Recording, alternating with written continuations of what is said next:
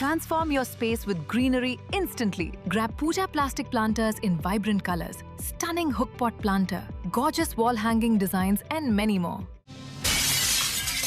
एक बड़ा अपडेट है। पूर्व पीसीसी कोषाध्यक्ष रामगोपाल अग्रवाल गिरफ्तारी केस में ईओडब्ल्यू की कस्टडी में है, पूछताछ हो रही है और बड़े खुलासे हुए। फरारी के दौरान दुबई और नेपाल में छिपे छत्तीसगढ़ के कई लोगों ने देखकर पुष्टि भी की थी।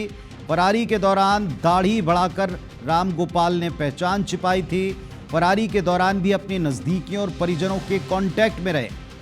रामगोपाल रायपुर समेत देश के कई शहरों में छिपकर रहते रहे। ईओडब्ल्यू पुलिस रिमांड में रामगोपाल अग्रवाल से पूछताछ की जा रही है, जिसमें उन्होंने फरारी के दौरान कहां रहे, किसके संपर्क में रहे, इसको लेकर कुछ खुलासे किए।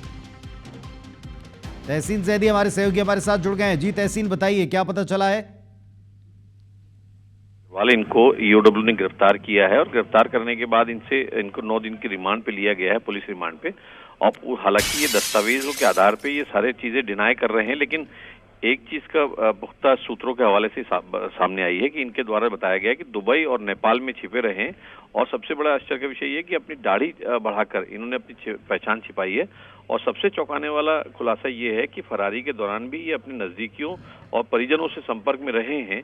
और इसके अलावा अगर बात करें तो सिर्फ छत्तीसगढ़ ही नहीं, फरारी के दौरान ये देश के अलग अलग राज्यों के शहरों में ये रहे हैं।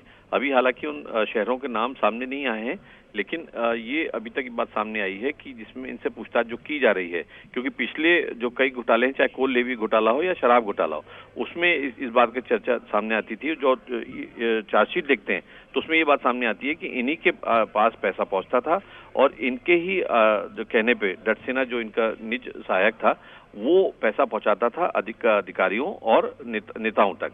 तो ये इस बात को अभी डिनाई कर रहे हैं, लेकिन अभी इनसे पूछताछ की जा रही है। लेकिन जिस तरीके से पूछताछ की जा रही है, निश्चित तौर पे ये उस तरीके से ज्यादा कुछ बता नहीं पाएंगे।